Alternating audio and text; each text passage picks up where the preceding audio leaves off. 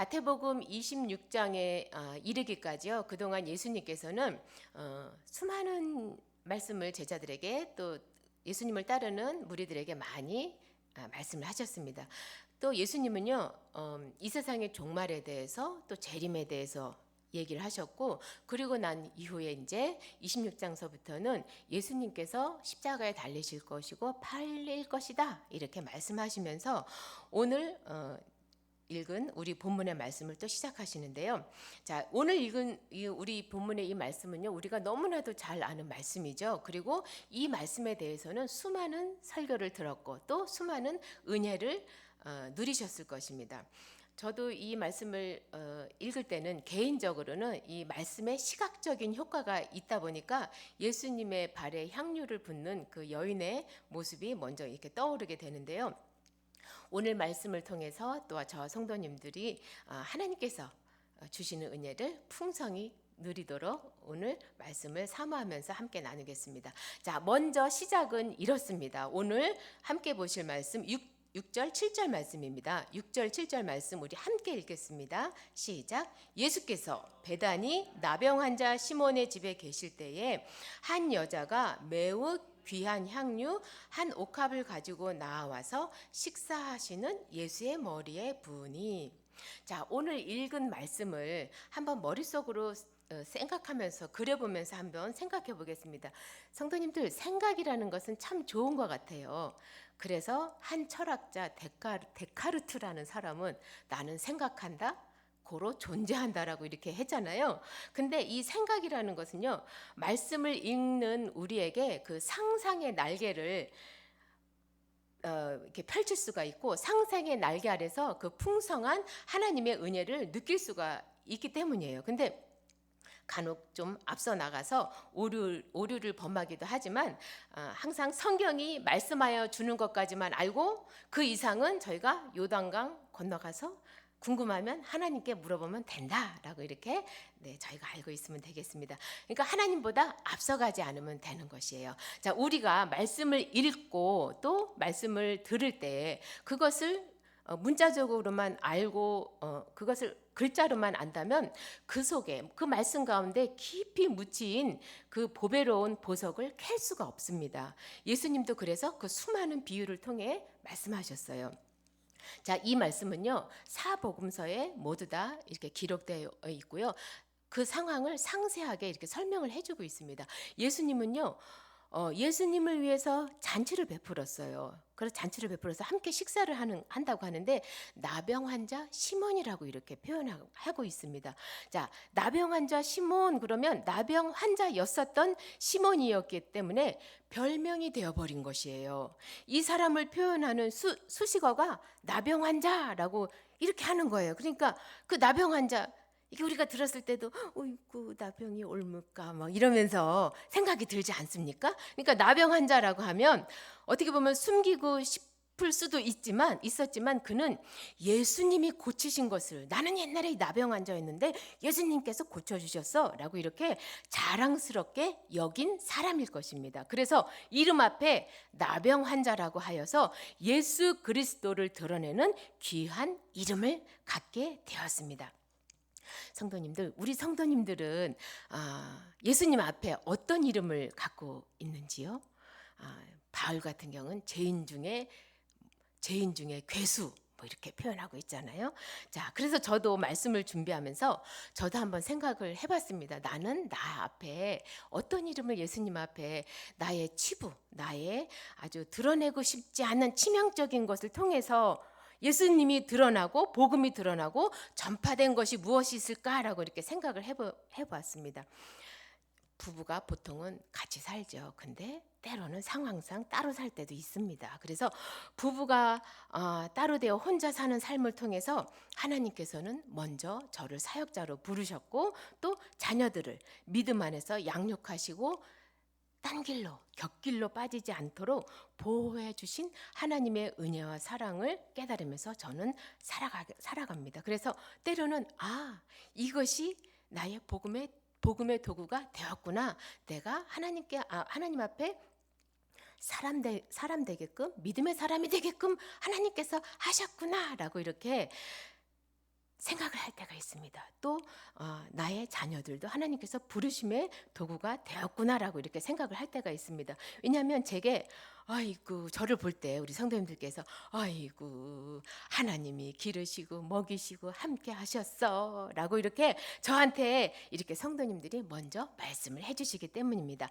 나의 치부와 어려움, 속상함이 있는 것이 하나님의 은혜인 줄 믿습니다. 성도님들 안에 어려움이 있습니까? 고난이 있습니까? 말하고 싶지 않은, 꺼내고 싶지 않은 치부가 있습니까? 은혜로 알고 은혜로 받으시면 모든 것이 하나님 앞에 감사로 받으시면 버릴 것이 없다 그랬잖아요. 은혜인 줄 믿습니다.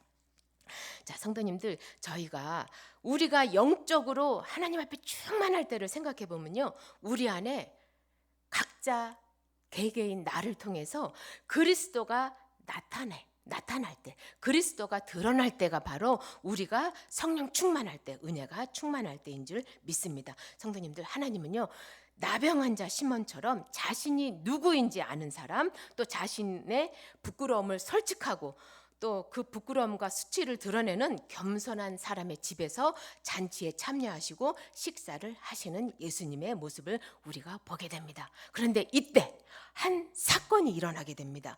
한 여인이 매우 귀한 향유 한 옥합을 가지고 나와서 식사하시는 예수님의 머리에 붓게 됩니다. 성도님들, 제가 말씀을 준비하면서 또 묵상을 하다 보면 정말 궁금한 것 투성이에요. 과연 예수님이 밥을 식사하시는 중인데 밥을 드실 때 기름을 부었을까? 또 과연 밥을 드셨나? 또는 차를 드실 때인가? 아니면 과일을 드실 때 머리에 기름을 부으셨나? 막 이렇게 궁금할 때가 있지만 하나님께 나중에 가서 여쭤보려고 합니다. 자, 근데 그 여인은요, 오직 예수님의 일거수를 살피면서 준비한 옥합을 가지고 언제 가지고 갈까? 언제 가서 예수님의 머리에 부을까? 이렇게 생각을 하고 있었던 것입니다. 그래서 예수님 앞에 나아가서 그 예수님의 머리에 부을 수 있는 용기가 필요했습니다. 예수님 주변에 제자들도 있었고요. 또 나병 환자 시몬도 앉아서 식사를 할 것인데 그들을 뒤로 하고 예수님의 머리에 향유를 부은 그 여인입니다. 저도 말씀을 준비하면서 이 귀한 향유가 들어있는 이 옥합에 대해서 한번 찾아보니까요, 이 나드란 말은 이 향유의 이름인 거예요. 그래서 그 향나무의 이름이 날도 스타키스 자타만시라고 하는 향나무라는 거예요. 그래서 그 향나무의 뿌리에서 추출되는 그런 향기로운 액체를 말합니다. 이 향나무는요, 히말라야 그 산맥이나 인도에서 성장하기 때문에 예수님 계신 팔레스타인 지역에서는 나지가 않는 거잖아요. 그러니까 이것들을 다 수입해서 오는 것이기 때문에 수입을 하기 때문에 배싹도 필요하고 공임도 필요하고 그러니까 가격이 매우 비쌌던 것입니다. 또한 이 향유는요, 휘발성이 강하기 때문에 그러니까 옥합인데 이렇게 뚜껑을 여는 옥합이 아니라요, 이렇게 호리병처럼 생겨갖고 그 끝은 석고로 마감 처리가 됐거나 밀랍으로 마감 처리가 되어서 그 향이 날아가는 것을 막기 위해서 그랬다고 해요. 그러니까 이 옥합을 쓰기 위해서는 깨뜨려서만 사용을 할 수 있는 것이에요. 이 예수님의 머리에 이 기름을 붓는 이 모습을 보고 제자들이 어땠는지 8절 9절 말씀입니다. 제자들이 보고 분개하여 이르되 무슨 의도로 이것을 허비하느냐? 이것을 비싼 값에 팔아 가난한 자들에게 줄 수 있었겠도다 하거늘. 자, 제가 이렇게 곱고 아름다운 목소리로 얘기했지만요, 제자들은 어땠겠어요? 제자들이 분개하였다라고 해요. 분개한 것은요, 이렇게 화를 한 번만 삥 내고 이러면서 내고 만 것이 아니에요. 그냥 계속해서 화를 내고 이 여인을 꾸짖고 화를 내고 분통을 터뜨리면서 지속적으로 화를 냈다라는 거예요. 그러니까요, 이 제자들은 이 여인의 행동을 보고 이해하지 못했습니다. 아이고, 이상한 여자가 아니야 라고 하면서 서로 수군거리면서 불평을 한 것입니다. 제가 눈에 안 봐도 환하게 그 모습이 그려집니다. 제자들은요, 이 비싼 향유를 세상에 아이고 아까워라 이러면서 얘기를 했을 것입니다. 그러면서 뭐라고 얘기해요? 이것을 비싼 값에 팔아 가난한 자들에게 줄 수 있었겠도다라고 이렇게 얘기하잖아요. 언뜻 들으면 제자들은요, 가난한 자들을 위해서 하는 말처럼 들립니다. 그러나 성도님들, 제자들은요, 정작 예수님의 제자로서의 자격이 없습니다. 그동안 예수님과 먹고 자고 예수님 따라다니고 예수님의 살부치로 살면서 예수님이 죽으실 것과 다시 살아날 것을 알려주셨고 교육하셨잖아요. 그런데도 수많은 이야기로 하나님 나라에 대해서 쉽게 말씀을 해주셨고 세상의 종말과 예수님의 재림과 심판주로 오시는 것에 대해서도 자세하게 설명을 해주었음에도 제자들은요, 지금 세상의 이야기가 아니고 내 이야기가 아니고 딴 세상의 이야기로 들었다는 것입니다. 우리에게는 지금 일어나지 않는, 또 언제까지나 예수님 안에서 그냥 평안하고 평탄하고 그저 세상에 많은 사람들이 추앙하고 세상에 많은 사람들이 예수님 예수님 저 좀 보세요라고 이렇게 따라다니는 그 모습만 보고 좋아했던 제자들의 모습입니다. 정말 예수님의 말씀을 제자들이 마음으로 듣고 진심으로 믿었다면 예수님의 장례를 위해서 향유를 붓는 이 여인의 행동에 존경을 표했을 것입니다. 성도님들은 예수님의 말씀을 의지하고 믿으십니까? 아멘, 아멘이십니다. 자, 예수님의 말씀하신 대로 우리 삶에도 그대로 이루어질 줄을 믿으십니까? 예수님이 함께 하신다는 말씀, 또 예수님께서 다시 오신다고 하는 말씀, 성도님들, 예수님은요, 말씀대로 이루십니다. 그래서 이 세상을 향해서, 교회를 향해서, 우리를 향해서, 우리의 사랑하는 자녀들을 향해서 하신 말씀은 약속의 말씀이고 이루시는 말씀이고 언약의 말씀이고 행하시는 말씀입니다. 우리가 비록 이 세상 속에서 살지만 우리는 이 세상을 바라보는 사람들이 아닙니다. 하나님이 우리를 한 사람 한 사람 주목하여 보시고 우리에게 맞는 삶을 주심을 믿고 기쁘게 살아가는 예수님의 참 제자들이 되시기를 바랍니다.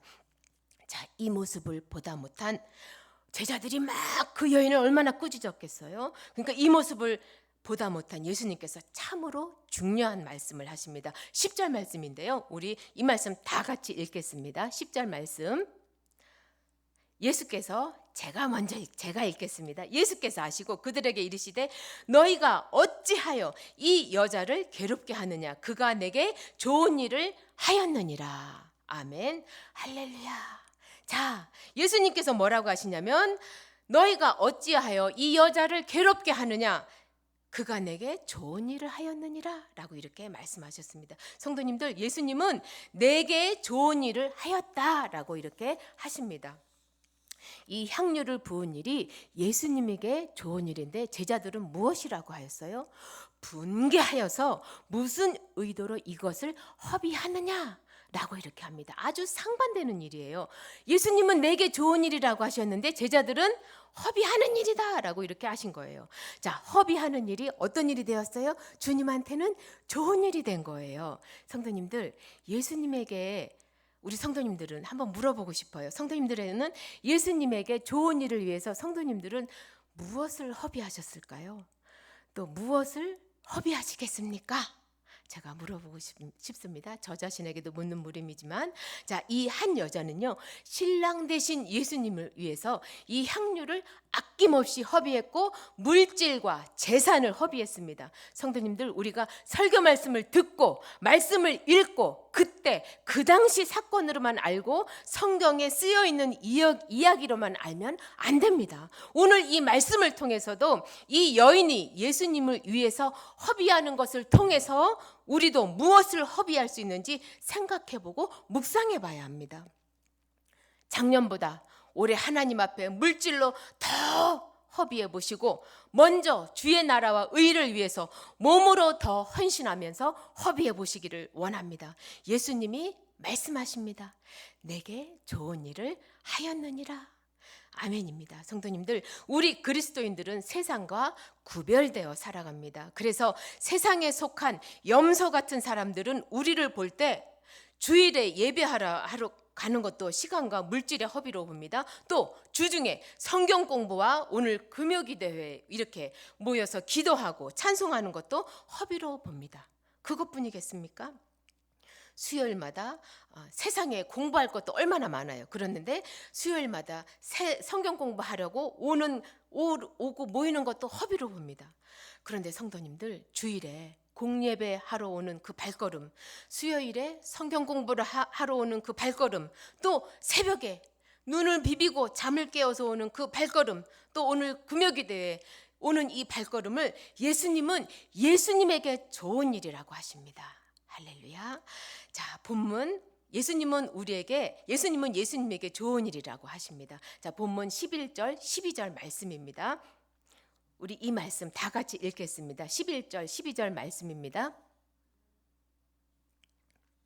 자, 제가 읽겠습니다. 이 여자가 내 몸에 이 향료를 부은 것은 내 장례를 위하여 함이니라. 내가 진실로 너희에게 이르노니 온 천하에 어디서든지 이 복음이 전파되는 곳에서는 이 여자가 행한 일도 말하여 그를 기억하리라 하시니라. 아멘. 자, 그리스도의 복음에 있어서요, 가장 중요한 것은 그리스도의 죽으심입니다. 성도님들, 예수님의 죽으심의 의미를 모르는 사람은요, 예수님을 모르는 사람입니다. 모르는 자예요. 예수님의 대속의 은혜, 보혈의 피를 모르면 모르는 것입니다. 저희가 누군가를 사랑하면 그 사람이 드러나고 잘 되기를 바라는 마음입니다. 이 한 여인이 잔치 자리에서 하고 있는 행동은 오로지 예수님께만 집중한 결과입니다. 그래서 사랑을 모르는 사람들에게는 허비하는 일로 비춰졌지만 이 여인은 예수님을 많이 사랑했기 때문에 그 사랑함의 결과물이 바로 옥합을 깨뜨린 것입니다. 성도님들, 저희는 예수 그리스도의 복음을 듣고 또 예수 그리스도의 복음을 믿고 예수 그리스도의 복음을 따르는 자들입니다. 예수 그리스도의 복음은요, 향료의 향기처럼 온 세상에 퍼져 나가야 합니다. 예수님의 머리에 부으신 나드 향유의 향기를 그곳에 잔치하러 식사하러 모인 모든 사람들이 향기를 맡을 수 있었던 것처럼 이 세상 사람들에게도 예수 그리스도의 향기가 드러나야 될 줄로 믿습니다. 누구를 통해서요? 저희들을 통해서 드러나야 됩니다. 우리 믿음의 사람들, 세상이 감당하지 못하는 우리 그리스도인들, 특별히 예배하는 금요기도회에 와서 찬양하고 기도하고 예배하는 우리 귀하신 성도님들 한 사람 한 사람의 허비함을 통해서 예수 그리스도의 향기가 온 세상을 취하게 하는, 그리스도의 향기로 취하게 하는 향기가 되기를 주님의 이름으로 축복합니다. 아멘. 기도하겠습니다. 저희가 오늘 말씀을 기억하면서 우리 자신을 하나님께 올려드리며 기도하겠는데요. 우리의 믿음과 신앙을 지키기 위해서 나는 예수님께 무엇을 허비할 수 있는지 또 그것을 고민하여 보고, 또 예수님을 사랑함으로써 나는 어떤 옥합을 깨뜨릴 수 있는지 그것을 결단하게 하시고 예수님에게 좋은 일을 행할 수 있는 내 자신이 되게 해달라고 이 시간에 나의 허비할 수 있는 것과 나의 옥합은 어떤 옥합을 깨뜨릴 수 있는지 이 시간 나 자신을 하나님 앞에 올려드리며 간절히 기도하겠습니다. 사랑의 아버지 하나님, 감사합니다.